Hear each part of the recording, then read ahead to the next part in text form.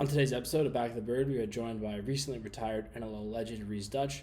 Chat about his legendary career, his championships, his championship-winning goals. Also chat about some news and notes around the league, and finally, all three of us heading to training camp. This is episode 97 of Back of the Bird. Take your first ride and run, baby, run. You got a spine of steel and a roar of thunder. Yeah, you make me drown, yeah, you're pulling me under. Your love is like an ocean wave, don't let my love turn you away. All right, we're back. Episode 97. Polly, who do we got? The mayor. You guys want to know who this guy is? Only Old Town Boston, Kevin Ross. We used to call him the mayor of Boston. This guy was an absolute electric factory. Kevin Ross, like Toronto Kevin Ross? No, sorry, Kyle Ross. Kyle Ross. I Sorry. was gonna say, I was like, I played with him. I think Everyone's Kevin played Ross with- listens Hey. to this too, so nice little free shout out for Yeah, Kevin there Ross. you go. Hey, Roscoe. and Kevin has played with everyone too. He's a beauty. I play with Roscoe too. He's played with everybody because he's played on every team. But no, Kyle Ross. Roscoe's just catching ricochets. Hey, it's okay. He can take it. Who's sure he'll Kyle? fire me. Tell us about Kyle. So he's a West Coast guy, unreal D training guy from New West. He lived in this apartment with Bubba Durnall, who you guys also won't know, but we need to get him on. He's an absolute legend. He's the guy that dyed his mustache pink for breast cancer awareness night, and his mustache was down like past his chin.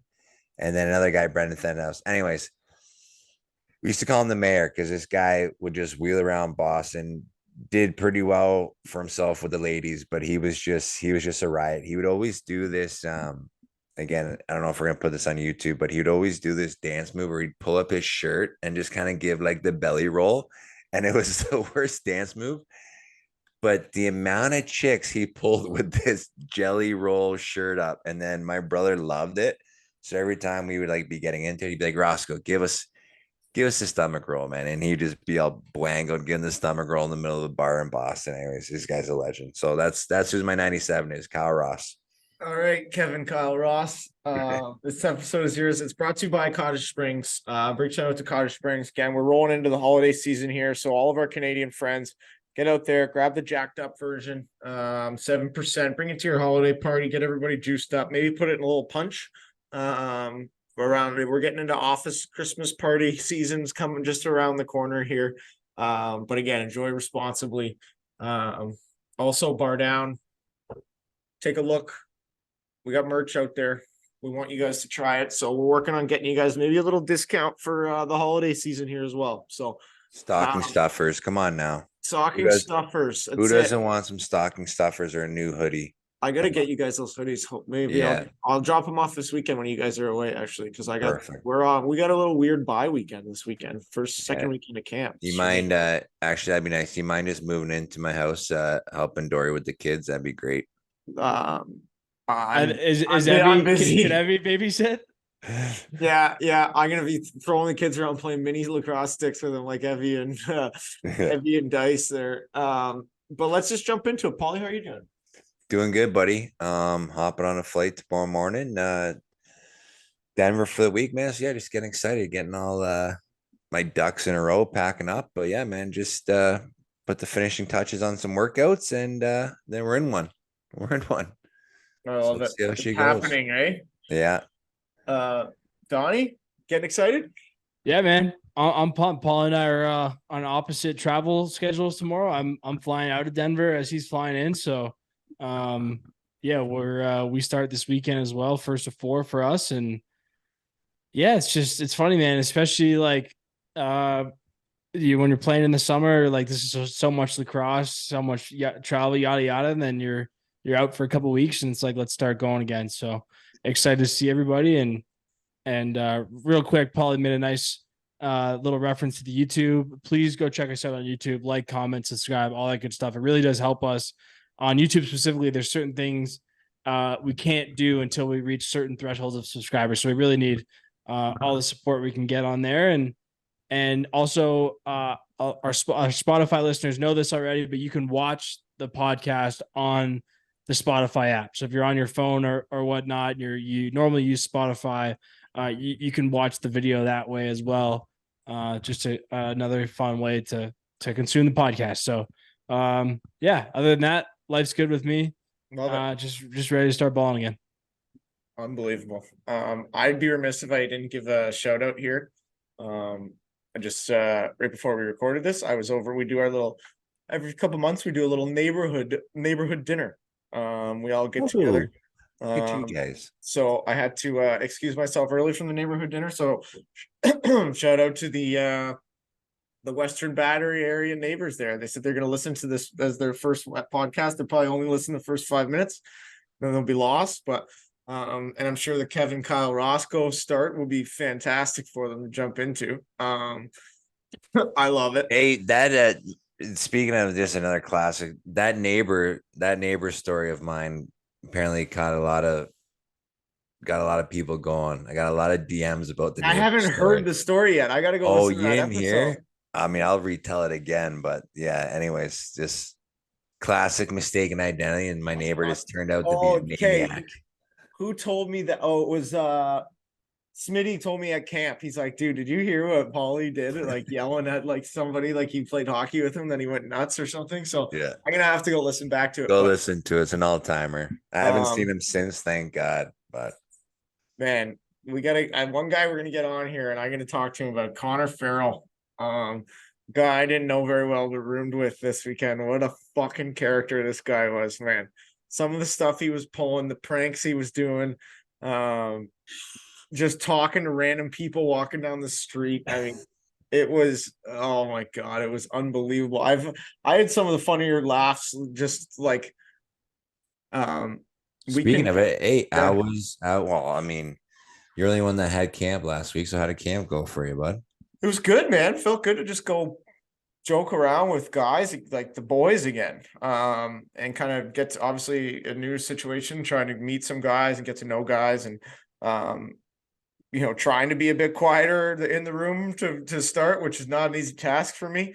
But it was good to just kind of battle too, like play lacrosse again, with the idea of like proving yourself is it was fun. I'm sore shit, but like I said in the interview here, I timed up a nice little Monday lunchtime hot yoga class downtown Toronto. You can't go wrong. No. Where? Where was it? It's the place is literally called Be Hot. In Liberty Village? No, it was like right kind of just tucked behind the Hockey Hall of Fame. Okay. I mean, I'm thinking hot yoga in Liberty Village would be. Oh, I'm sure that place. I don't think I'm hot enough to go to the hot yoga in Liberty Village. Donnie?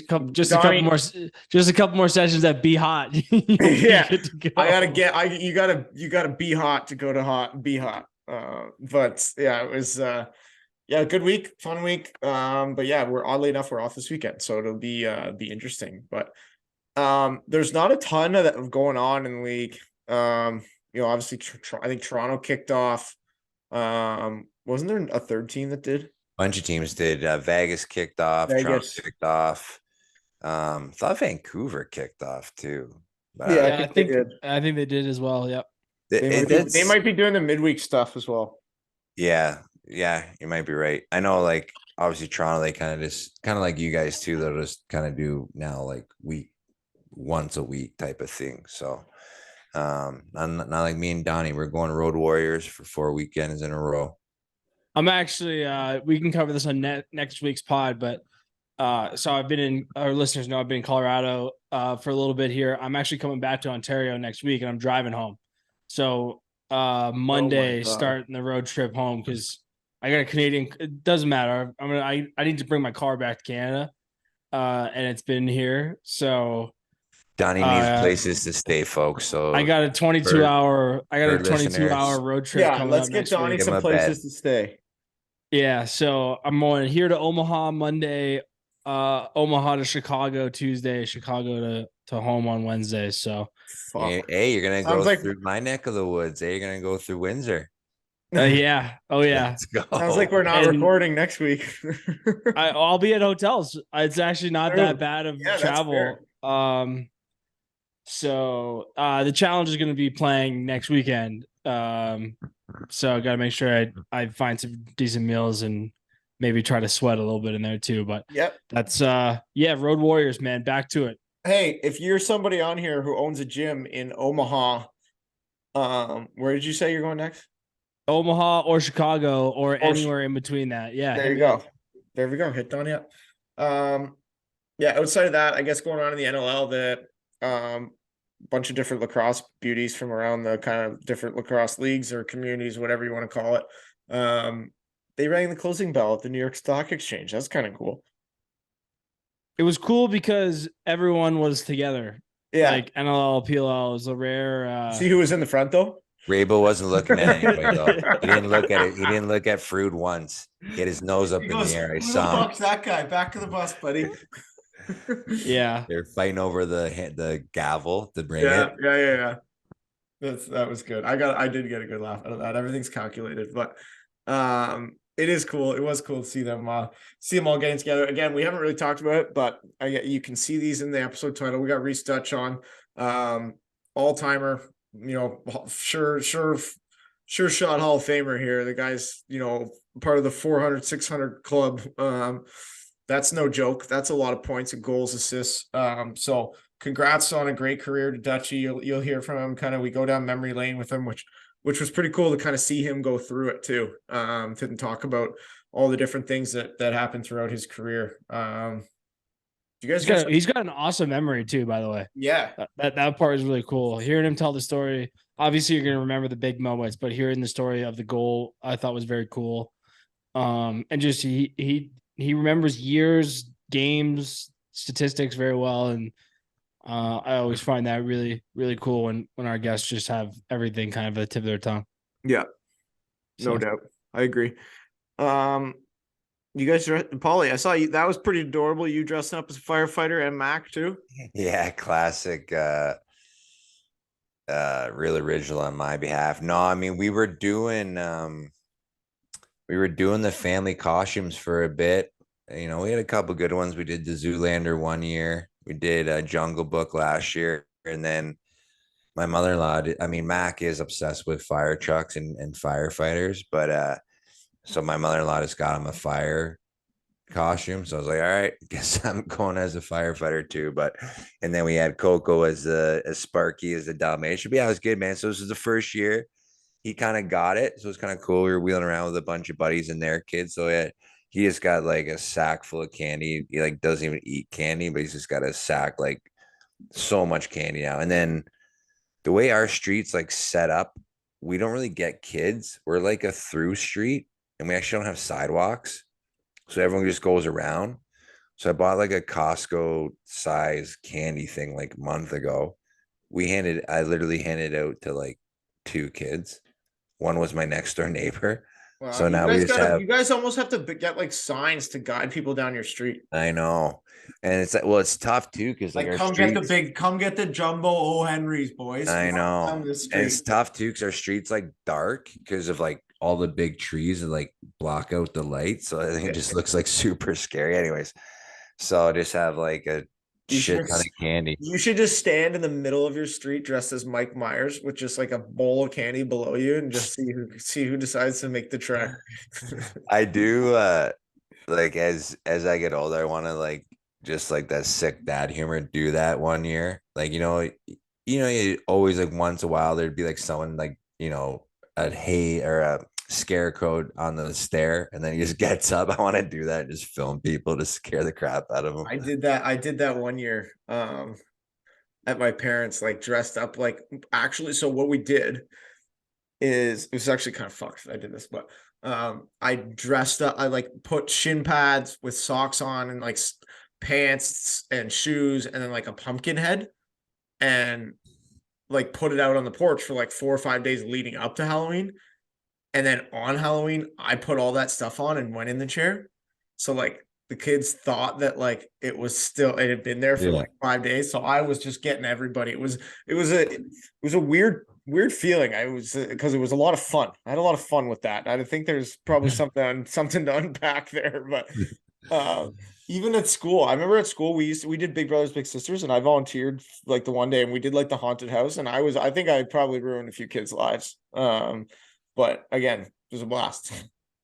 Did you speaking of haunted houses, I saw this a clip on another pod, but have you heard about that haunted house in like Tennessee? Yeah, That if you get $1 million or something, or what do you yeah. get? If you survive, if you go through it, but like they're allowed to torture you. Yeah, You sign a waiver that you can die. I kind of like. I mean, I don't No, want to get out of here. You're not, man. Navy SEALs tried to do it, and they were getting like tortured so bad they legit called it quits. So what? They just like they just tie you up. I don't know. Like you're signing your life away. Like they could just saw your ass. Like they could just do whatever. They're pulling your eyeballs out. They just cut your arm off. Yeah. Make you quit. They just cut your How legs bad off. would you cut your own arm off for $1 million? No, No. What's the number you think? cut my arm off, man. Because then, like, I can't play golf. Can't do That's anything. what he's thinking about. You can get a Well, like suit all the money I prosthetic. have. Nah, I don't know. Nah, I don't Your want to swing lose might get better. anything. If you have one full straight arm, just Yeah, lock. making my left one so that one stays straight. There you go. All right, Millie. Yep, cut off my left. It's fine. Yeah, cut off strictly my left. Yeah, I don't know. That's it. Fuck it, I'll do it for 10,000. um, other news. Okay, how about this? How about this? Yeah, what's Other up? news.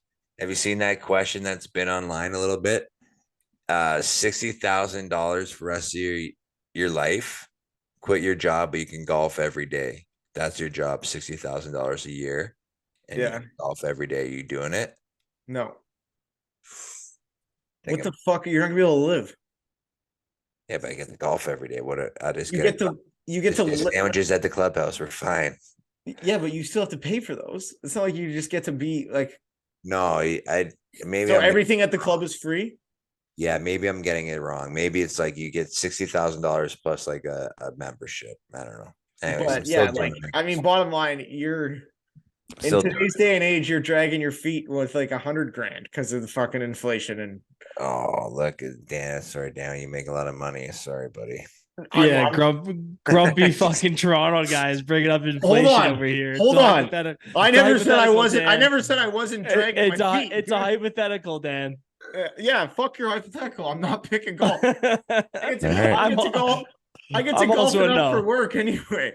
Come on, I'm picking job. Working for the man. All right, buddy. Good for you. Oh, don't cut this. Cut this part. I sound like a douchebag. Cut it. In other news, In other news, I just got Rambosted. I can't wait for the text from this one. But I was thinking, oh, what do we think? Did we talk about this Shane Pinto thing yet? no, because I think it just dropped this week. Yeah. So, Dude, how about they are just getting crushed? This guy bought the did you team see? and they're just getting crushed.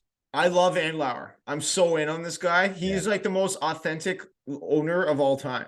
Yeah. He literally sat in front of the media and just like, first of all, he had 2 sick callouts on Gary Bettman because he said that he was in either of those situations, A, the Shane Pinto investigation, and B, the investigation into the Dadonov trade. Yeah. He was not made aware of them during the sale process.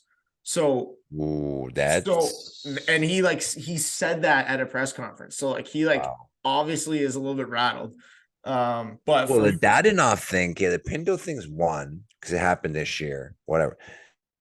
I didn't realize that. Like, I kind of saw it this morning. You know, you like read things, you like don't know if they're like true or not. Yeah. So then I like click on, I'm like reading it, and it's like then Dorian like resigns. I'm like, okay, like it's all true. But the Dadonov thing was like 2 years ago. Yeah, I know. And then for them to do it now, it's like they were waiting for a new owner. Yeah, like what? It's fucked. It's so fucked. But yeah, the Pinto thing is crazy to me now that did you hear like exactly why they did it? Because it was proxy betting or something. So yeah, so he was like in LA and like are in a state where gambling wasn't legal, and he wanted to Yeah. bet on the NFL. So he had Yeah. one of his buddies back home log into his account and bet, and like then Which that's is like illegal yeah. wherever they Which were. I understand if that's terms of service, but fucking half the season for that, like It's like what, like it's not And- cheating. Like what? no, It's I know. And he actually had another good quote. Let me see if I can find it. But like his Sick quote, quote, though. his quote about the betting thing was like, he's like, what do you expect? You have a 21-year-old kid who's making millions of dollars, and he's bored on his phone, and he sees Wayne Gretzky on betting commercials telling him it's okay to do it. Like he said that Yeah, and then the other funny thing is like the picture they were using for all like the time. those got the bet 365 on his helmet Yeah, or yeah, whatever. It's like, the- what are we doing here? Like, you guys not like, you guys don't think about this beforehand. Exactly. Like betting's all over all this stuff. Okay, he wasn't betting on hockey. Like, that's the other thing that's so crazy. It's like, okay, like you're allowed, like, and the other thing too, I was like, oh, maybe you're not allowed to bet. But it's like, no, you are allowed to bet. You're not allowed to bet on hockey, but they can gamble on anything they want. Yeah. So it's like this guy has told his buddy to make a bet for him. Like, it's his account. It's his guy that he like. Okay, if it's like against the terms and services, but like that's something that Pinto and Bet 365 should have to deal with, not the NHL. Yeah, not his job. Yeah. But agreed. Outside of that, Donnie, what did you dress? Did you get any Halloween action? I gotta be honest, boys. I'm not a big Halloween guy. No. Yeah, I'm lower on it than I think other people. That's I okay. whipped together a Guy Fieri costume. Should It's like should you're a have just huge Halloween guy. yeah. It was like I just bought a wig. It was pretty mediocre. Yeah, it wasn't a great performance by me this year. It's not my That's okay. yeah.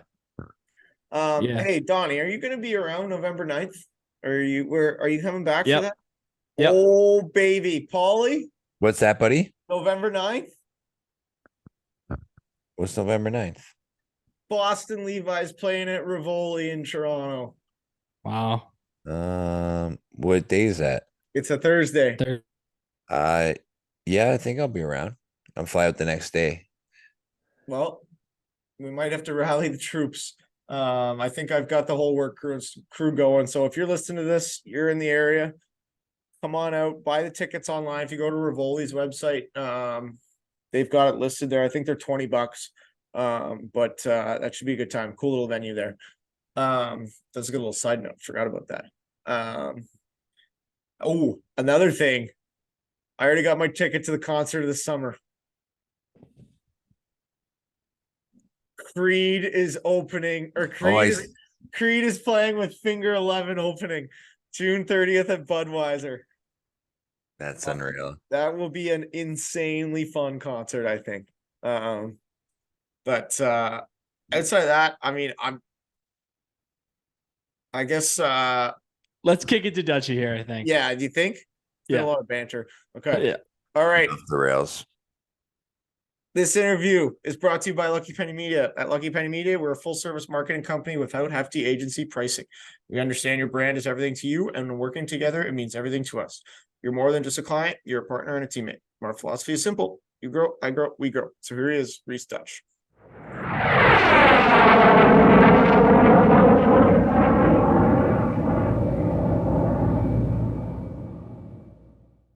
We are pleased to welcome this native of Victoria, British Columbia, where he played his minor, junior, and senior lacrosse. He attended Stony Brook University, where he put up a ton of points, helped pave the way for a lot of Canadians to get down there. He would go on to be drafted 3rd overall in the 2008 entry draft and would finish his career as one of a handful of players to record over 400 goals, over 600 assists, and over 1,000 points with stops in San Jose, Washington, Vancouver, Calgary, Halifax, and Saskatchewan. Welcome to Back of the Bird, Rhys Duch. What's going on, buddy? Hey, fellas. That's a long list there, almost as long as Doss's. I was gonna say we're competing here now. Jeez. Was so I mean we get lucky sometimes where there's guys that actually have like a structured Wikipedia page for us to put some notes together on. Is all that correct? Did you grow up? Did you play everything on the island? Yeah, man. Yeah. My dad played here too, and he was pretty big on, you know, being a hometown kid and all that stuff. Six Nations actually came down to Stony Brook to try and recruit me over there for junior. My dad happened to be out there for the game and he chased him off. So I didn't really have much of an option, but I didn't really want to. All my buddies were playing, and I love it. Well, you kind of hinted at it there, and I mean, just with your old man and being a hometown boy and everything. But how did you pick up a stick? How'd you get into the game? In Victoria, it's just kind of a rite of passage. It's kind of probably a lot of towns in Ontario. You played hockey in the winter and you played lacrosse in the summer. Eventually, field lacrosse out here is in the winter. So at the age of 12, I had to kind of make the choice between lacrosse and hockey. And as much as we all like to think we're going to the show, I thought I had a better shot on the field, so I went for that. Where'd you play field on the island? Was that one school that McKay's running now? Was that around there, or what'd you do for school? We didn't have high school teams. It's all club. I mean, there's a Okay. couple programs now, but when I was growing up, it was just club, and kind of sort of the same areas as your minor teams. There's a Saanich, there was a Wanufuka. They just had different names, but it was virtually the same group of kids, just between you just switch from box to field. Did you guys have, like, growing up playing minor there? Did you guys have like a good core that was in your age group? Yeah, yeah. I was in Saanich. It was kind of we probably the most lacrosse players back then. Like we were sort of the team to beat growing up. That's shifted out to the West Shore now, just because that's a lot where a lot of the young families are. But I was kind of lucky. Like we didn't lose a ton of games growing up, which is motivating, right? When you're finding success. Yeah. You're gonna see Taylor quite a bit here. Did somebody take your Rice Krispie? Okay, Daddy's working. That's funny. Is there any guys that you grew up playing with that like moved on to kind of play junior, senior, or NLL? Yeah, well, quite a few. I mean, I'm just trying to think of the list here. I grew up watching Lewis, and then his brother. Nobody that really stands out from the junior standpoint. I mean, a lot of the guys that played for the Shamrocks didn't necessarily grow up here, but Yeah. they came out and played for the Shamrocks, and we're also in the NLL. So, like Big Doss there. Yeah. Yeah, that was a hell of a two summers. I'll tell you that. I was actually just thinking, like, other than obviously like Paul and Gary Gate, you got to be up there as like the highest scoring Victoria native in NLL history now. That was just I think I'm honestly. I feel like I might be second. If I got one more year in there, I probably could have passed Gary, but yeah, wasn't in the cards. Yeah, but I was looking at those stats. I'm like, man, you got it. Yeah, I was gonna say, because then I was like, I was thinking number one, and I was like, oh shit, I forgot about Gary, because he kind of, I think people forget that he was from the island a little bit. I actually didn't know that until you just said it. Yeah. Well, the brother, they were kind of like, they went to Syracuse, right? And that was a crazy thing. Like the first West Coasters to kind of go out there and make a name in the NCAA Division I. So, I mean, Victoria kids growing up, it was Gary and Paul Gate. And that was kind of, they were like the Michael Jordans of lacrosse to us. Oh, 100%. Yeah, like I everybody, bet. especially for Vic boys. And then kind of to that, like to Stony Brook, like, so you're playing club, then like, again, that's another cross country trip for you. Like any other schools, like how'd you land on Stony Brook? Yeah, I mean, to date myself a little bit, at that point you were sending VHS tapes to coaches for That's amazing. That's amazing. So there wasn't a lot of uploading your videos online and easy access stuff. So it wasn't I didn't go to any recruitment camps. It was more word of mouth. And this is gonna drive me nuts. I'm solo dad right now, so I don't really have an avenue to Hey, you're fine. But she'll stay quiet. Anyways, sending out the video VHS tapes.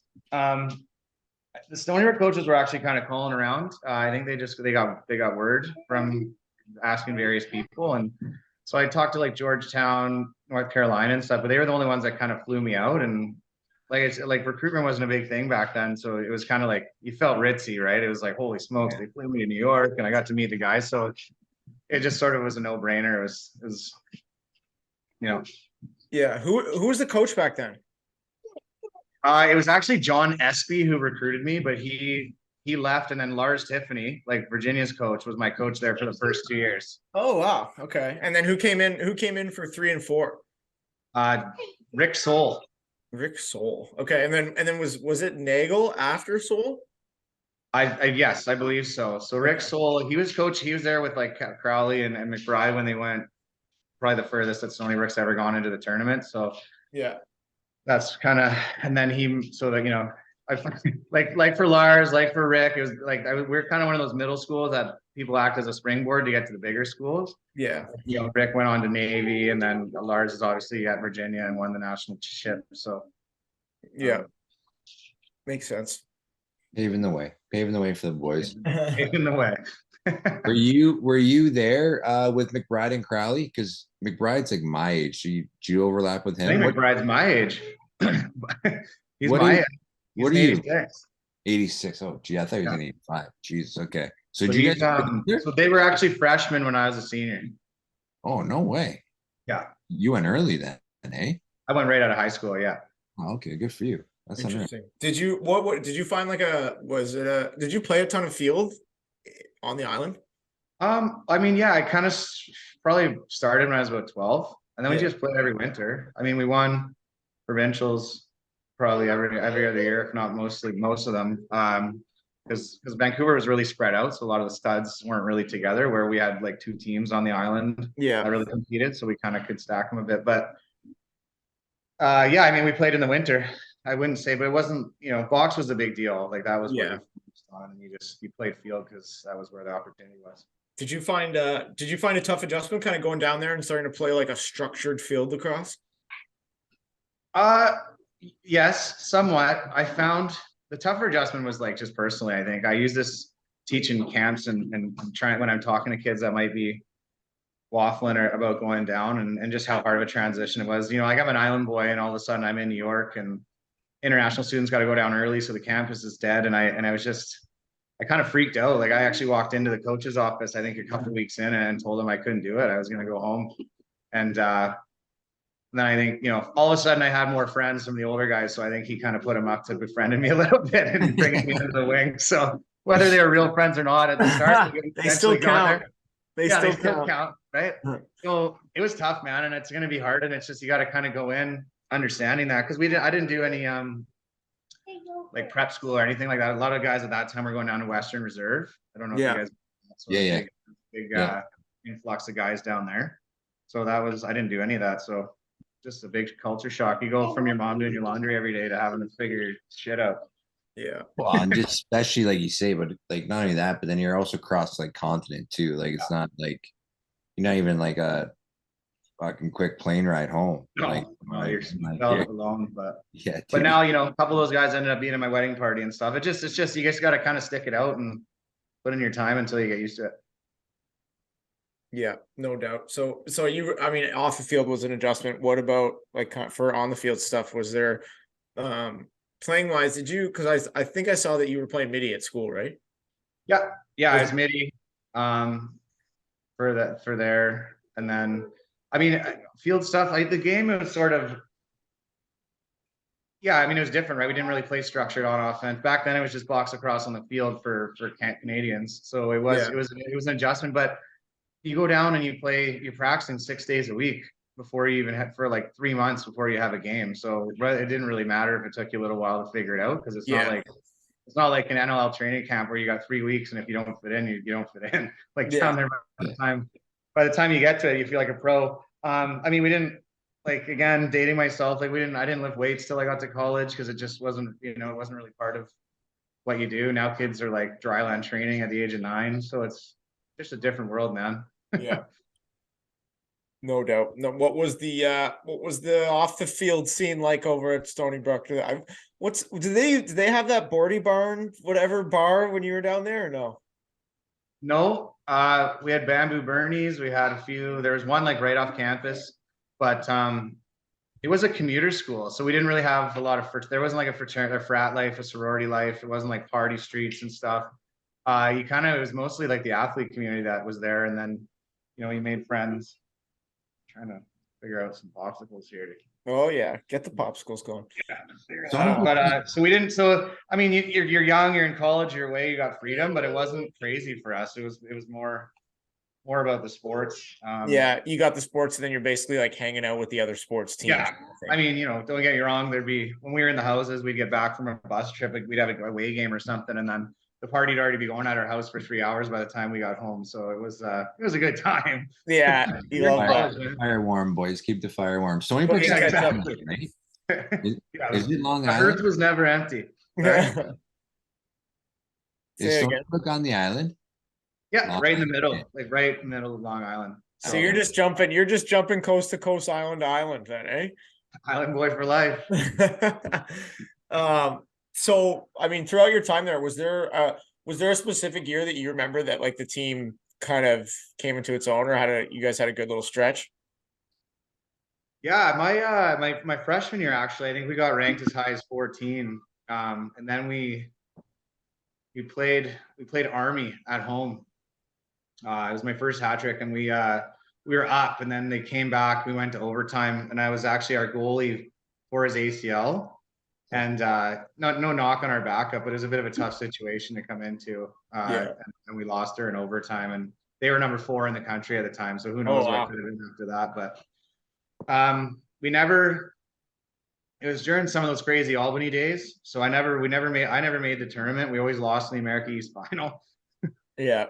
So it was Who was on Albany then? Was it like Merrick Thompson and those guys, or what? yeah, Merrick Thompson, Smallsy, Frank Resiteritz.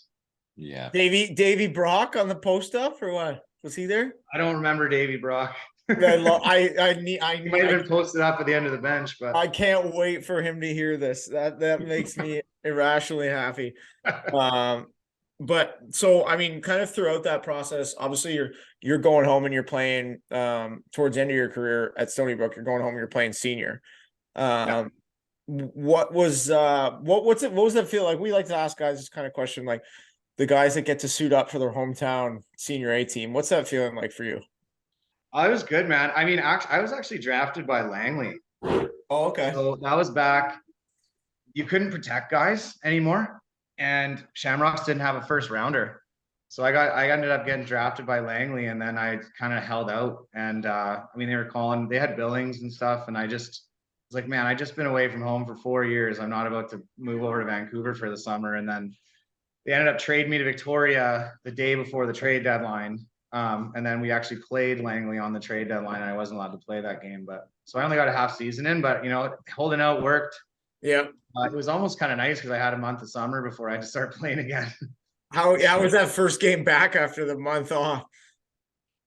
Oh, it was all right. I was still working out like a college kid. But Yeah. I mean, it's definitely a different group of muscle. Like, your arms are a lot more sore. That's for Yeah. sure. You got goons like Paulie chasing you around. Oh yeah.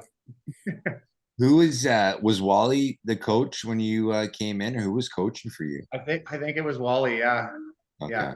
I definitely played for Wally. I can't, man. Yeah, sucks to say, but it was so long ago. They all That was blend in 2008 together.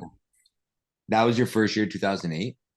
in for Shamrocks. Yeah. Yeah, okay. Well, it's got to be close because I I think can't. it was because I don't really remember anybody before him.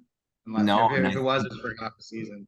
Yeah, and I think my brother played for him in 2007, maybe when they won, or 2006. Yeah, and then I was there 2010 and 11. He was there, so yeah, it's got to be him. There wasn't probably no one in between. Would have been Wally. Yeah. Interesting. Well, we're gonna come back. We're gonna circle back on Senior A, but I want to kind of go down the NLL route for now. So when you finished up school, where was the draft for you? Do you remember? Boston. It was in Boston. So In Boston. going into that, did you guys do like interviews or anything like that with teams? I mean, anybody could call you. Yeah. So I had a few phone calls, and then we actually had a combine, like an on the field, like 40s med ball tosses, kind of like it was on the arena turf. And then Yeah. part of that, all the press boxes up top all had a different GM and head coach in it. And then you went up and just kind of like, it was almost like speed dating. Wow. Interesting. Yeah. That's pretty Different. sweet, actually. It was really efficient. We were only there for like 2.5 days, and Like, and then the next day you were in your suit at the draft. Wow. Where was the actual draft? I think it was at the arena. Yeah, it's Like, it was probably. kind of met like press rooms or something. Like, Yeah. it was all Yeah. kind of like- What leading into it, kind of after you do those like the speed dating interviews and anything, like is there anything that like I know it's a while ago, but like that you remember in terms of like funny conversations, or like I don't think they're taking me, or like a team that maybe had like a late pick that you're like, okay, I'm not going to be around, but this was a weird conversation. Well, I kind of almost knew that I was going to the stealth because I knew I was a high draft pick. Doug Locker called me about every day for 2 weeks. And then, Hey, hold I that think thought. you know who it was. Paulie, you might remember Dave Bremner. Yeah. So he was doing the recruiting for Boston at the time. Were you on Boston that year, 2009? No. Yeah. I was. Yeah. So Dude, Bremner was there, and he was trying to think about and he remembering was saying years. That's a long time ago. he said they needed a lefty, so they weren't going to take me number one. So that was kind of, they just like, it was more of just like a, hey, how you doing handshake in the room with them. And then Buffalo was like, they had like 37th overall was their first pick or something. And he was just like, hey, love to have you, but I just don't think it's going to be in the cards this year. And so there's a few of those. But I kind of knew that it was going to be a stealth pick. Hey, when you were fielding calls from Walker and then you met him, were you as surprised as seeing him compared to how you talked to him on the phone? I mean, yes. Like, how do you don't, I mean, when you build a picture of somebody in your head, you like from their voice, it's certainly, yeah. Dude, It's tough to line them up. If you had a line of like 10 guys and you heard Locker's voice, he'd probably. I don't know if I've ever heard his voice. I feel like I've only ever communicated with him like via email or like draft questionnaire. Right. There you go. Yeah. Does he have a high voice or a low voice? no, man, like smooth talking, sounds Oh, yeah. super cool. So like I remember he was calling me like before the draft, and I'm like, man, this is like, yeah, it just sounds like a cool cat, man, like super chill. And then my draft was in New York, and I get to New York, and he's like, hey, Paul's Doug Locker, and I was just like, what? No, you're not. Yeah. Yeah, you liar. Like, this can't be the same guy, because I mean, all-time beauty, but just like, everyone that knows Locker is kind of tall, skinny, like ragged looking, and he just has this like smooth radio voice. I was just dying laughing. I remember like calling my brother. I'm like, "Do you know this Doug Locker guy?" He's like, "Yeah." I'm like, I didn't think that's what he looks like. He's like, "I don't think nobody does, man." I was dying laughing. That's amazing. Yeah, you imagine this like slick back, right? Rico Suave, probably. Oh yeah. Yeah. I mean, he's always in a suit. He's never not in a suit. Like, he's a well-presented guy, but the voice doesn't match. So I miss that guy. Oh, he's the man. was the team in Washington when you started, or San Jose? Where was San Jose. I was there San for Jose? last year. Yeah. Did you go live there? I did. Yeah. I lived Oakwoods? there at the Oakwood. Yeah. Oh, what a setup beauty. that was. I know, man. I wish we would have. Well, Washington was great, but not like the Oakwood. No, It was. Back then you didn't really have a choice as a rookie. Like, you had to move. Like, it was more blue collar than it is now, right? Like, you got these prima donna cover the magazine guys coming in, and I'm sure they run the show. But it was back then it was like, you're making minimum and you're moving down. I don't care how many goals you score. that is actually true. It's like that was kind of like, hey, you're moving down here. But I mean, Lomi, you should have seen this place, Oakwood. It was like, This is in San Jose. yeah, this is still to this day one of the best living setups I've seen in the league. Yeah. Like a fully furnished condominium corporation, like 4 or 5 pools. Like, it was unreal, dude. Gym, basketball courts, like shuffleboard, the whole. And would you work for the team? I coached high school. Okay. Some guys did work for the team, but I coached the high school nearby. That's not a bad little setup then. So you just go there for practice at the end of the school day kind of thing? Yeah. Yeah. We practiced 3 or 4 days a week, and then we'd have a game on, say, a Friday night or a Saturday or something. It was awesome. It was called Los Gatos, a real Nice, hoity-toity town. Yeah. Yeah. They were a lot of money there. You could smell it in the air. Funny story about San Jose though.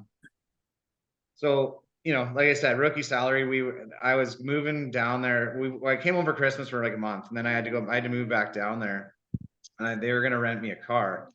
And I said, well, how about this? I'll drive my car down there. You give me $1,000 or whatever instead of a flight and hotels, and then I'll drive down. So I just did the drive in one shot. It's like 20, it was like 18 or 19 hours straight. So I could save a bunch of the money. But then first night, parked my car at like 10 p.m. I had to get up and coach the next morning at like 9. I go down to the parkade and my car is gone. No. So I had my car down there for all of like 12 hours, and then I didn't have one for a while. I actually ended up bored. One of the guy I coached with lent me his extra car. That's not bad. What were you driving around? What did he give you? Oh, I mean, no, he didn't live in Los Gatos. He just taught there.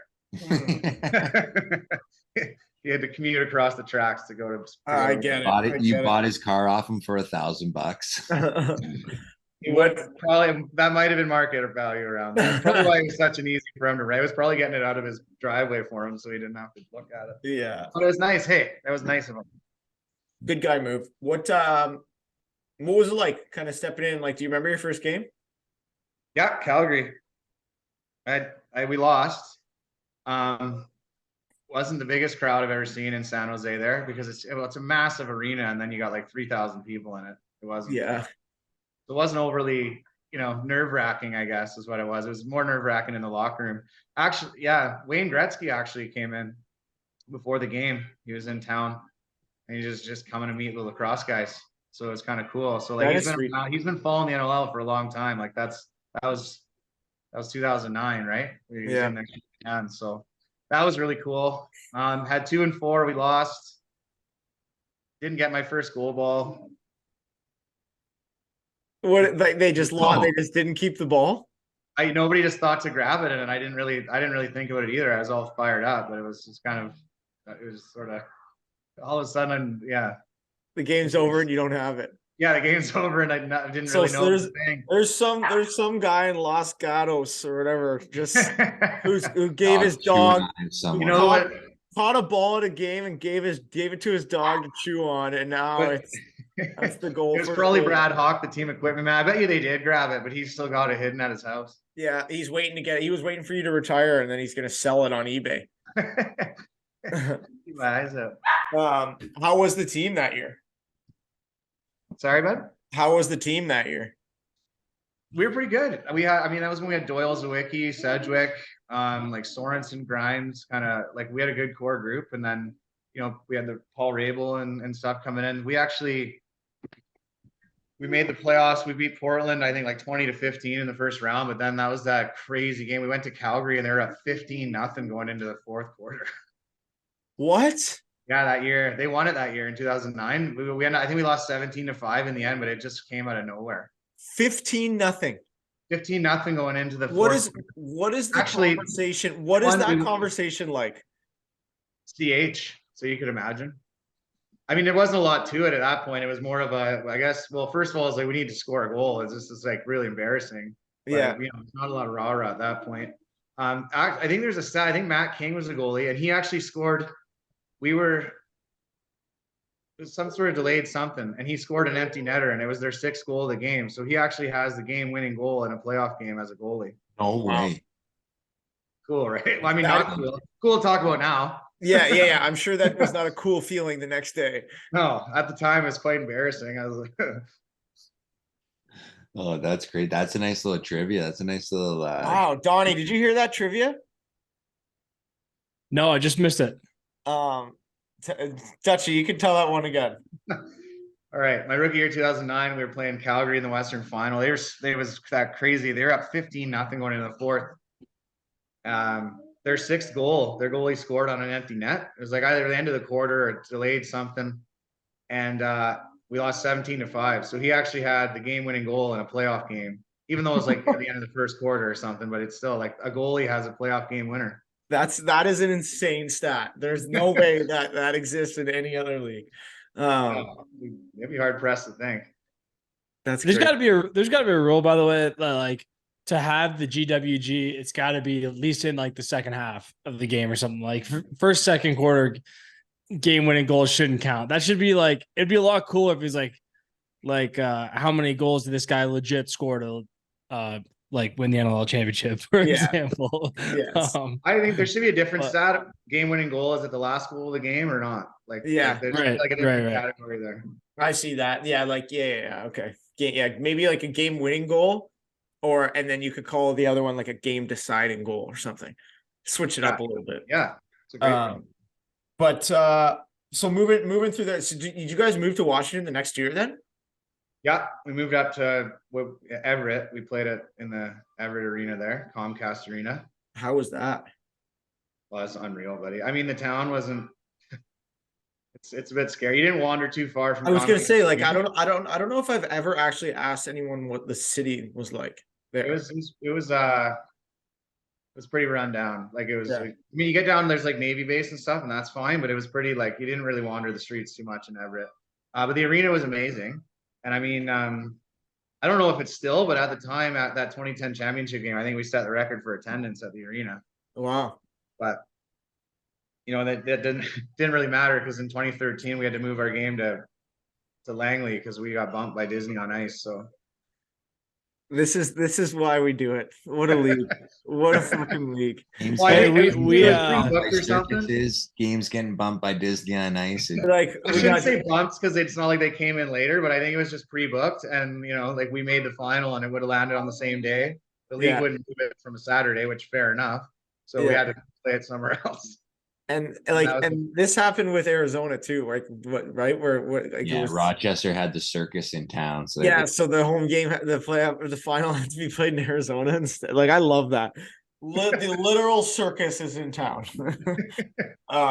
So what year was that then that you guys went to play the final in Langley? That was 2013. So we played back-to-back 2010, 2011, missed the playoffs in 2012, and then we played 2013, and it was up in Langley. Yeah. Unreal. Did you and have you won too? Yeah. Wow. Yeah. Was it that? 2010 and then 2019 with Calgary. Wow. 2020, the one you, so you guys, did you guys beat Toronto, lose to Toronto? Yeah, we Yeah. beat Toronto and then we lost to Toronto. And I mean, we should have, it was Bob Watson's last game. We lost the game 8-7, and the guy Yeah. must have had 60 saves. I think he Yeah. might have been there. I remember Yeah. watching that. And then, you know, we had chant, like Luke Wiles had an empty netter. It just went off the top of his stick. Like it was just everything lining up right for Whipper's last game. I mean, you can't, again, it sucked at the time, but how do you not respect it now? Yeah, for sure. Yeah. Did you guys win right after moving to Everett, or was there a year in between? Right First after. year. No, that's nice little tip of the cap for the Everett. Yeah, we won the first, we were 6-0 to start the year. So people jumped on board quick. Yeah, that's always nice. Hey, we actually have talked about Everett before on the podcast with Hardsey. Did you guys choose to go out together, Dutchy, or Oh, yeah, you and I mean, Hardsey there was- retire in the same year? No, you know what? I did talk to him last year and he said he wanted to play till he was 40. So I guess something changed. 'Cause we just commented on like a training video or something. We had a quick little memory lane chat, but I guess it is what it is. I don't know. One out, eh? So that year you won it in Langley. So did everybody? Or no, sorry, that was the year Won after. in Everett. When Okay. we played in Langley, we lost to Roch by 1. Oh, okay. Sorry. Now I'm following. Follow here, Dan. Come on now. Listen, You're supposed to be the host. when you make the finals this many times, I'm not supposed to understand. Like, I can't. I don't know if I literally don't think I've ever been out of the first round of anything I've played in. So I need to. It's hard for me to follow this. What? Championship you guys are talking about? What is Yeah, championship yeah. game? Or- I went to a championship once, and it was with Rochester, and I played a single game that year, and I think that might be the reason we went to the championship. But I'm not pointing any fingers. What? Do you remember what the celebration was like after that first one? Oh man, I'll be careful what I say in today's world climate, but there was a convention going on in Everett, not at the Comcast, but somewhere nearby. Like cross-dress, like guys that dressed like in girls' clothing, Yes. and there's a lot of them around, and like in the hotel, and like in the hotel hot tub and stuff. And I had some buddies from home down there who just thought it was going to be awesome to get in the hotel with these guys. And I didn't see it, but it's quite a story. We were at the bar, and then just remember sitting in the lobby as guys are getting up for their flights, just sitting on the lobby couch, like waving them off. Still, just rolling in with the cup under my arm. Oh my So it was god. a good one. It was a good one. That's amazing. So then the team's in Everett until which year? Well, we played in Langley, and then we never played in Everett again. That was it? Yeah. Then it was the dark ages, buddy. Yeah. What was that like? Well, I mean, people love lacrosse in Vancouver. There's no mass transit to get to the game in Langley, so it's people like to go to sports and have drinks, and we weren't winning, right? We lost guys in maybe some ill-advised trades or whatever, but we went from winning all the time to losing. And I don't know, I feel different. Like, you guys live in your markets, but for us, I thought a biggest part of our success in Everett is everybody had to travel there. So you were there for like one reason and one reason only. Yeah. But when you're in Vancouver, we had 90% of our guys there, and then it was guys are going home after practice, guys are going home between shoot around and the game, and then having to deal with their like 20 people in their families at every game. It just seemed like there's a lot of like outside life. It wasn't just like you were there only for lacrosse for 48 hours. So I think that affected us. And then I don't know, man, lots of things you can think of all the reasons. We just weren't winning games. It's so interesting to think about that, because I would imagine, like, you would maybe think that from as you get older, from an outside perspective, it's like, oh man, like now you have the opportunity to play closer to home. It's like, that could be seen. It could be taken in two different ways. Sure, it's easier to get to the game, and you can be around and stuff, but it's like you don't get the escape feeling, or like I'm here for one thing to focus on and be like, no one's disturbing me during my game day nap. I'm gonna go eat my meal, and I'm gonna go play this game, try to win this game, and then fly home, and then flip my life back onto the other side of things. Like that, I mean, it's an interesting point. I never really thought about it like that. It's kind of the first time I've ever heard. Yeah, and I mean, we had guys that are firefighters working 24 hours, coming straight to shoot around in the morning, sleeping for a few hours. Like, it made it, I think, a little bit too easy for guys to live both life, and maybe that was how a lot of those guys could play. So I never would hold that against them. And I mean, even right now, if we had a team in Victoria, retirement would have been a lot harder of a decision, or I might not even have done it, right? Like, it's just live in the market. Traveling is half the thing I don't want to do anymore, right? Like, we talked about training camp, but I mean, it's 4 weeks, you grind it out and it brings you together. But like thinking about traveling every weekend for the next 8 weeks or 8 months right now is just like, I just was like, no chance. I can't. Yeah. So I don't know. In market has its advantages. I just think at that time, there was a lot of guys that it was affecting in a negative way for our team in Vancouver, especially when you're struggling, right? Then you start looking for all the excuses in the world. If we won, I wouldn't even be talking about it. Yeah. It is interesting with the Everett thing. Presumably, when you're in Everett, you had a lot of BC guys too. It's almost like short travel is the best kind of scenario where it's not that taxing, but then you still get that kind of feeling like you're Right. in a destination with the guys kind of thing. I think you just nailed it. I didn't really ever think of it at that side of things, but yeah, absolutely. They could drive. Most of the guys just drove down, so it took 2 hours, and then there you go. But it was not close enough where real life was still a big distraction for you. No doubt. What are you getting in there, Lomi? Little veggie greens before bed. Attaboy. Well, how's that bod feeling after weekend one? Is that we got recovery powder going in? He's on mute. It's beautiful. You're on mute. Fuck. We talked about it before we got on. But like, again, you can train as hard as you want. You're feeling good, but you just get like getting slapped around, setting picks, getting hit, sprinting on and off, stopping and starting, explaining drills, explaining systems.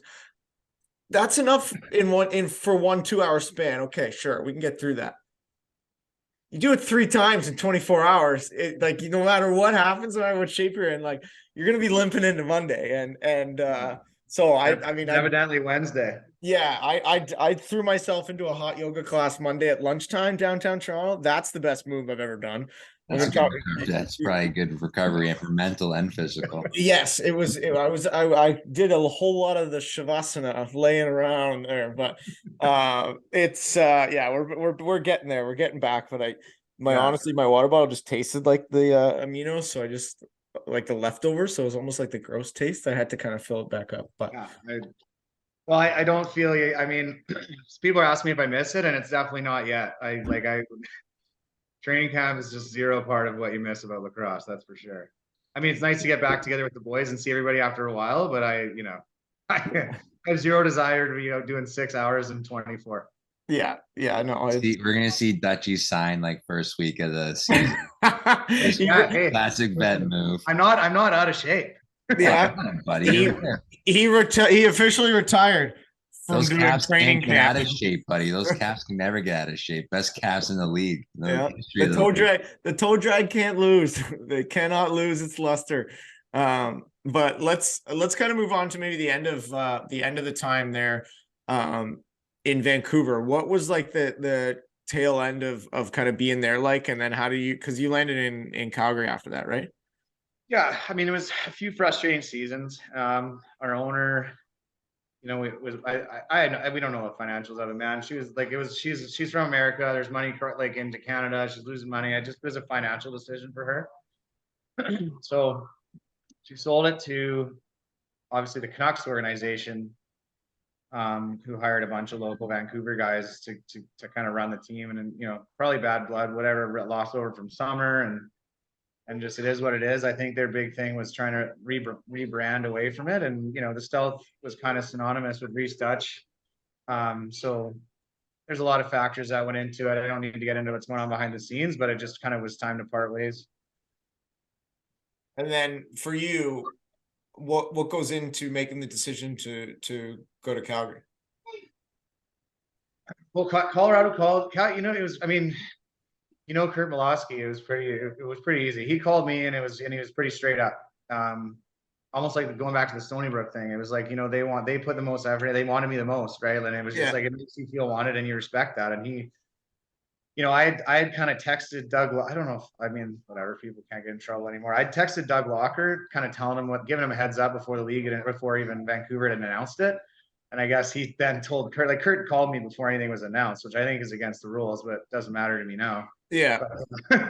Love that. So you just like, he like texted me, called me, because I was like, you're kind of freaked out. It was a new territory to me, right? It wasn't like I was traded. They just called me and released me because we were just done with dealing with each other. And then, within an hour, he's calling me, telling me they want me and they're going to make a run for it. And that's what every lacrosse player wants to hear. And then Dobie's calling and guys are reaching out, and it was just a group effort. And what a hysterical move to release you for nothing.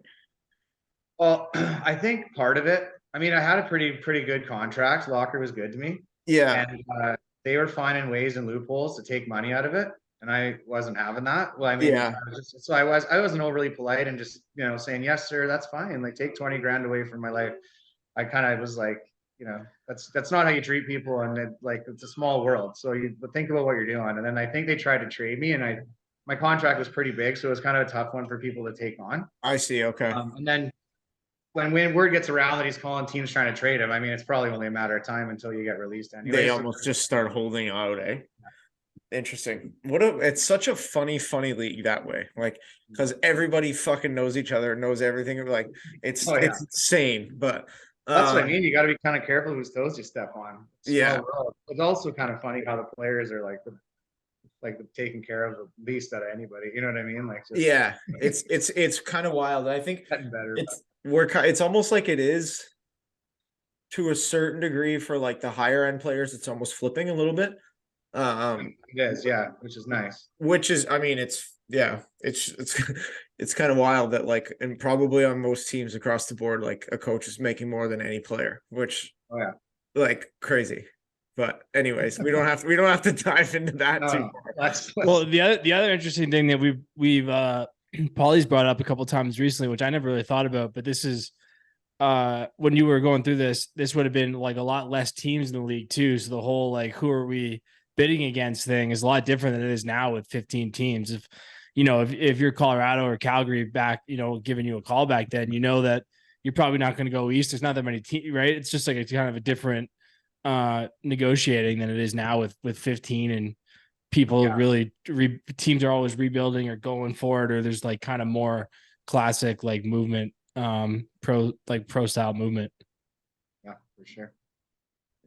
All right. Well then, and then that year, And that's the year you guys won, is that right? It is, yeah. It So- worked out pretty well. Let's maybe walk through that last play. Overtime. What is going through your head walking out for that play before it happens? I mean, it wasn't the play call, it was a rebound, but I knew where I was shooting it. Like if I could give a piece of advice to young guys, when you get in those pressure situations, have a bit of a plan, right? I mean, obviously you don't know what's going to happen, but good shooters have their favorite shots. And I knew I was like, even just before warm-up started, I was pulling it back short side nice. So you're thinking that in your head, you don't have to like be nervous about it or whatever. I was like, if I get a chance here, I'm pulling it short side. So I knew where I was going if I got a chance. Yeah. Dixon rings it off the corner bar, easy rebound, rolls out to Jesse. And then it was just kind of like the rotation of the bodies. It just opened me up backside. Like you could feel it coming. I mean, Yeah. right? When you see things opening up and you're like, oh, I'm gonna be open here. Start salivating, eh? Oh yeah. Dutchie's just fully torqued, stepping into a short side one in overtime. Like, here we start the bus, boys. Let's go. Go fill up the beers. But speaking of that, the celebration, what's the emotion like for you specifically? I mean, you go from, like you talked about, like it's uncharted territory in the off season. You go from being released to, maybe not sure what's going to happen next to scoring the overtime winner in the NLL championship game. Like what were the emotions like after that? That's it was kind of a turning point in my life and my career. It was we won the Manor in 2015 in Victoria. So that was kind of my last taste of success. And then it'd been a few like dark years in Vancouver, not racking up a ton of wins and sort of just mediocre Shamrocks. You win.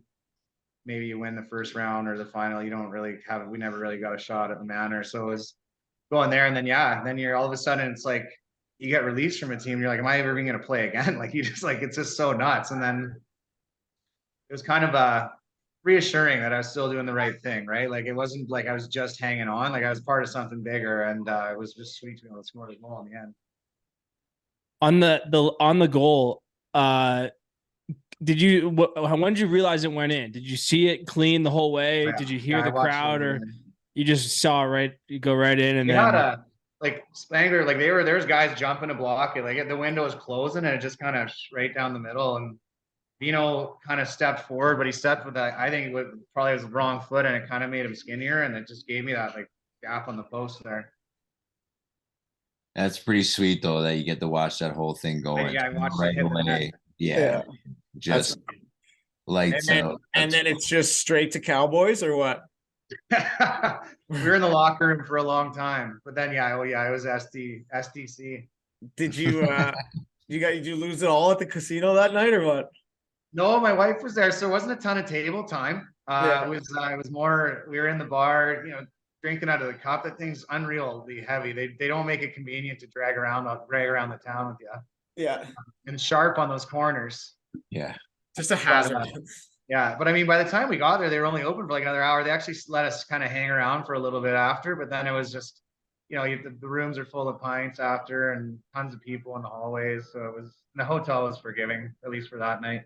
Yeah. That's I'd imagine so. My wife and I had to push our flight back in the morning. That was my follow-up question. Who missed their flights? Yeah, we would have, but we wanted to. And then I was like, well, my mom's got the kids. So we called and bumped them back a bit. Money well spent. Always is. It always is. Always is. So I mean, from there, and then after that, is it where you did you do 2 years or just 1 year? And where? In Calgary. Oh, well, then we had. Was it COVID came in? COVID year. So so we won it. We won, I think it was like June. That was 19, right? Yeah, 2019 we won it, and then I played my first Shamrocks game like a week later and tore my Achilles. Ugh. So it was like highest of highs to lowest of lows, and then but I didn't tear it. It just came off my heel bone. So I only had like a 7-month recovery. So then I missed the first 4 games of the 19-20 season. And then after the 10th game, so I played 6, I think. And then when COVID break. And then they just weren't bringing me back after that. And then you signed as free agent in Halifax? Well, I was actually signed with San Diego for that when they were trying to do that 2-week bubble thing. Oh yeah. And then that just never, like, then I ended up signing with Halifax, and then when you went to Halifax, is that when you did your patella? Yeah, and then first game, 3 goals, first star, back on top of the world, like thank God. And then second game 2, probably 8 minutes into the game, patellar tendon on the. What was that feeling like? Like because I I understand the Achilles thing. What was like patella? I can't even really picture. Dude, that was, when you like bang your knee bone and you just want to puke. Yeah. It was like intense. Like my kneecap was like shot up into my thigh. I looked down. Then you kind of don't really think about it because then I'm like, I like pushed it down, like sitting there on the floor. And then because I just think I'm like, oh, I dislocated my kneecap, but I can like get up, drag yourself off. But then I went to lift my leg and like the top part lifted off the ground and the bottom didn't. And I was like, okay, something's not right here. And then just flop backwards, dramatic.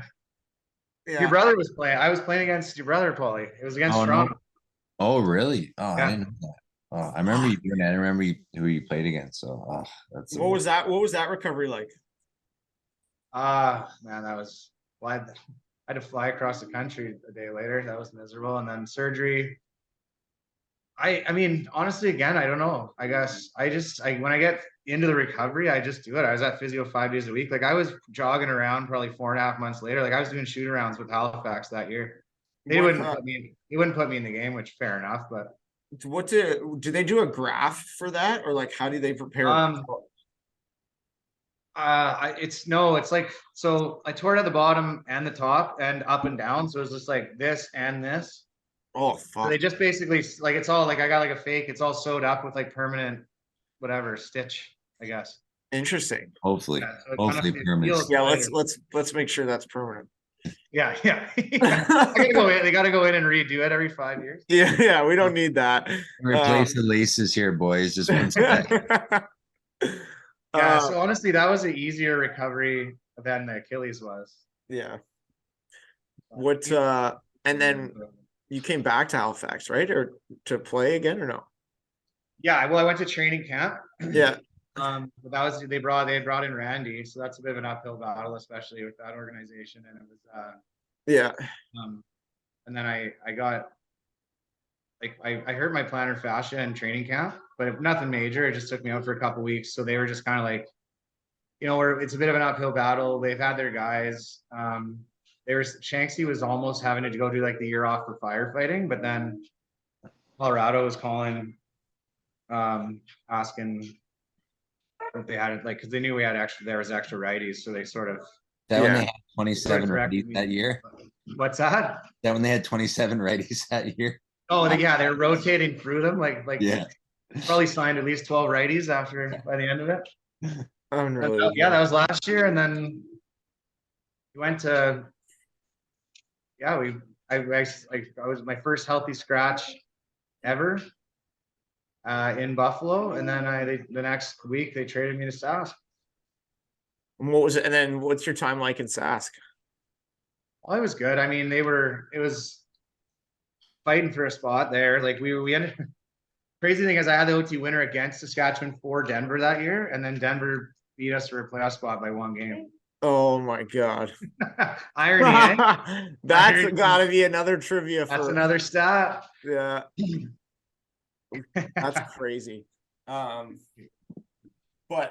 for you, I mean, I read it in in the article that was put out on retirement. You're away with the fam, I think, right? This past summer, and that was kind of like when you looked around and you're like, I think this. Being able to kind of really sit into this, relax, and see what that part of life is like. That was kind of like the moment you decided that, if you think you're done.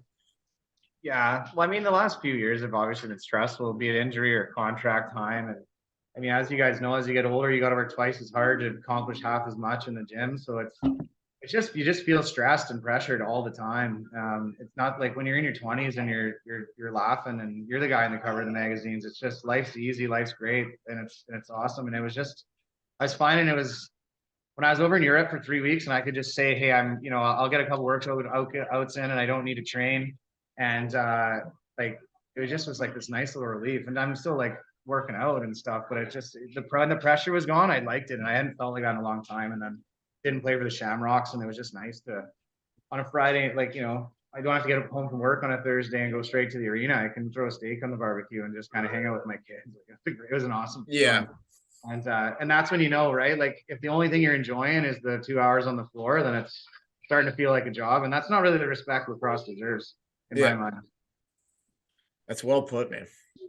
What just you kind of talked about like when you won the second one in Calgary, how much that meant to like kind of come back.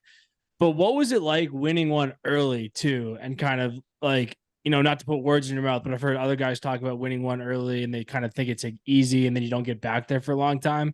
What was maybe like the difference between the two for you on like an emotional level of like, you get one right away, you think you're probably going to win a bunch of them, then maybe there's some doubt creeps in and then you get another one. What was that, the kind of the differences maybe between the two? I mean, the first one's exciting because it's almost like I'd never experienced anything like that. Like Victoria, we were in the Burnaby days in junior, so I didn't really get a minute. I played in one Minto Cup and it was when I was like 17. So it was it was my first taste of that real major overall success. So it means a lot in the sense that I'd never really felt that before. And I had 11 points in the championship game. It was just like you're sitting on top of the world. Like you're the man. I'm 23 years old or whatever it was, 24 years old. And you're just kind of, I almost feel like I underappreciated it. But looking back, I mean, it's not like I was like, that was easy, but you just sort of take it for granted a little bit. And then in 2019, it's like, the back of your mind, you don't know if you're ever going to taste it again. So when you do, it's like you almost appreciate it so much that it's yeah, it's crazy, man. Like you obviously can't say one means more or the other, but they were totally opposite feelings. It's interesting. Donnie, great question. That is a great question. It's you're getting me Thanks, guys. I bet. I mean, I would imagine, man. Thinking about just being able to win twice, and then B, being able to do it at two completely different points in your life is pretty. That's pretty cool. Well, the guy I always think of is like Tyler Seguin won. He won the cup his rookie year with the Bruins. Yeah, and like every cup winner usually has at least like one rookie. Like, what if you never like? That's crazy to win one in your first year. And I don't think Dutchy it wasn't your rookie year or anything like that. But I just think that stuff is crazy. Like, what if you never get back? And then you get the guys like Ray Bork who win the last one when they've already played 20 years and that kind of thing. I just think that shit's kind of interesting. Yeah, well, I mean, I was in the finals 3 of my first 4 years, so at that point it was kind of like, oh, this is great. I love this sport. Yeah, I love this sport. Yeah. That was 2013, and then I didn't go again until 2019 when we won. So there's over half a decade, which some guys only play for 6 years, right? Like there's a lot of ups and downs, and then to finally feel that feeling again was incredible. Awesome, man. Well, I guess we've had you for like an hour here and we appreciate it, but why don't we'll close it out with why the number? What's the inspiration behind it? Number 10? Yeah. I was number 11 growing up, and when I went to Stony Brook, they had a sophomore with 11 and he was not having it. So 10 was available. And I mean, to be honest, it was probably Pavel Bure. That's amazing. Yeah, Pavel Bure. I was like, heck yeah, I'll be 10. Like, I don't even know why I had 11. I think it was just because I got it a couple of years in a row. It didn't really mean anything. And that number 10 means more, but I actually didn't have it until I was in college. And then were you that for your entire NL career? Except Calgary, I was 18. Calgary 18. Okay. Unbelievable. Who wouldn't give you 10 there? The doctor, right? Dr. Manning. Doc Manning. I tried. Yeah.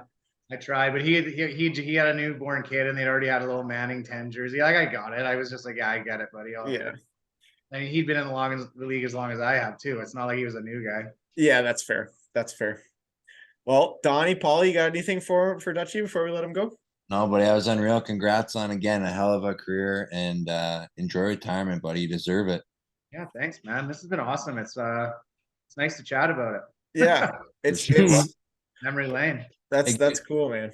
It is kind of weird. Like, I mean, again, like you say, you don't really miss the game right now, and I'm sure, like, not that you don't miss it, but I'm sure, like, as soon as game starts playing, you might start missing it. But that is kind of the one weird thing is, like, you kind of retire, and then, yeah, unless you got buddies in the game, you don't get to, like, shoot the shit about some stories and stuff like that, right? So then it's like all of a sudden you have this, especially for you, this illustrious career that you can't really share it with anyone. It's just a pocket full of stories with no one to tell. Well, thanks for letting me share, fellas. Yeah, my wife's like, are we gonna have a retirement party? And I'm like, who are we gonna invite? Like who lives here? Like, they're like, You'll have to do a Somebody. tour, a retirement tour stopping in Right? every city. Or ask guys to fly in. I'd probably get maybe 3 RSVPs. Yeah. Hey, I'll Like, come it's back just- to the island. I'd love Yeah. to come. I know Waiting to you come would. back to I the know you island. would. That'd be a hell of a party. Those three would bring the energy, though. That's true. It'd be good. Awesome, man. Well, again, we appreciate you taking the time. Congrats on an awesome career. I'm sure we'll see you in the game in some capacity. It always sucks us back in. So That does. Cheers, we fellas. we appreciate it. And again, congratulations, man. Thanks, man. All right. Talk to you later. Awesome. Thanks, for having Touchy. me. Thanks, man.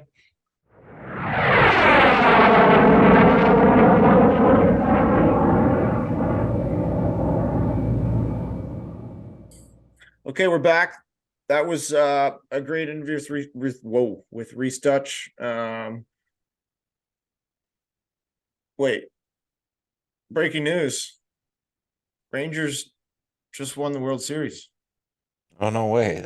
I haven't even been following it. How did that happen so fast? I thought it was like just game one. I think it's either a sweep or 4-1. I think they won 4-1. Yeah, because I watched the I watched Arizona win. Anyways, great chat with Rhys Duch. Awesome to sit down with him and kind of go through his career days after retirement. Like I said, sure ballot Hall of Famer there, sure shot Hall of Famer. Yeah, I think outside of that, with camps coming up and everything, that's kind of wraps up everything from an NLL perspective. We sent stuff out on socials. The wife of Emily, the wife of Marshall King, lost her battle with cancer, bone cancer, after a incredibly strong fight. Again, we were talking about it as a group and kind of following her on Instagram. I never met her or knew her, but seemed like a light to everybody. And I think when you read the stories of everything she went through, and to take it with a smile on her face and decide to kind of create an Instagram page that people could follow along, and people going through a similar issue in their lives could find positivity or motivation or kind of a light to look forward to. It was pretty special. So we want to send all of our love to the King family, to her family, to everybody involved. Obviously, they put out a post, to thanking all of the doctors, everybody out west that was a part of that. And again, obviously when you're going through a battle like that, you can't imagine it, but it's, you're seeing those people every day, and that becomes your family, is those, the people at the hospital, the people you're surrounded with, that you're getting care from. So again, we want to send our thoughts. We sent out a post yesterday, but it's just on our story, so it'll be gone now, but we'll get the link out there, in lieu of flowers or anything like that. They want a donation to the BC Cancer Society. So we'll be sure to get that link out. And again, just know that you're in our thoughts, and the whole lacrosse world is behind you guys. Well said, Lomi. Well said, brother. Terrible news. Yep. Well said. I've been lucky enough to have Marshall as a teammate, and we love you, man. And we're thinking of you and everyone in your family. Awesome. Well, on that note, we're gonna sign off for episode number 97. Again, we appreciate you guys listening. We love you guys, and we'll chat with you next week.